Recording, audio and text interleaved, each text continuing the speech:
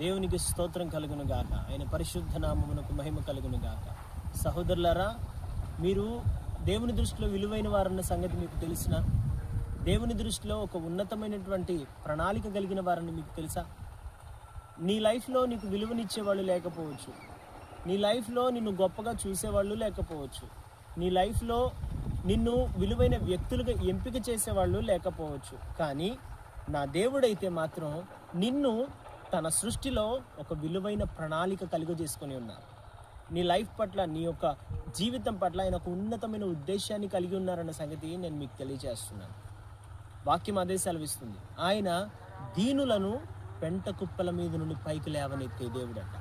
నేల నుండి దరిద్రులను లేవనెత్తి సింహాసనాల మీద కూర్చుండబెట్టే దేవుడని దేవుని వాక్యం స్పష్టంగా సెలవిస్తుంది. కాబట్టి నీ లైఫ్లో నీకు తక్కువ విలువనిచ్చేవారు లేరని, లేదా నిన్ను తక్కువ అంచనా వేస్తున్నారని, లేదా నీకు విలువ లేకుండా చేస్తున్నారని, లేదా నువ్వు ఎంత ఎత్తుకు ఎదుగుదామనుకున్నా నిన్ను అణచివేస్తున్నారని నువ్వు బాధపడవా?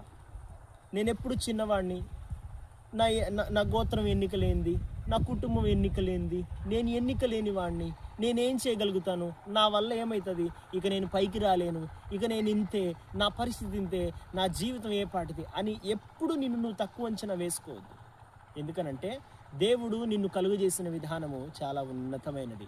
దేవుడు నిన్ను కలుగు చేసినటువంటి ఆలోచన విధానము చాలా గొప్పది. ఆయన సంకల్పము బహు గొప్పదై ఉన్నది. కాబట్టి ఎవరో నిన్ను తక్కువ అంచనా వేశారని, ఎవరో నిన్ను తక్కువ అంచనాగా చూశారని, ఎవరో నిన్ను తక్కువ చేసి మాట్లాడారని, ఎవరో నిన్ను నిందించారని చెప్పి నీ లైఫ్లో ఎప్పుడు కూడా నువ్వు అలసిపోవద్దు, కృంగిపోవద్దు. దేవుడు నిన్ను కలుగు చేసిన విధానము చాలా గొప్పది.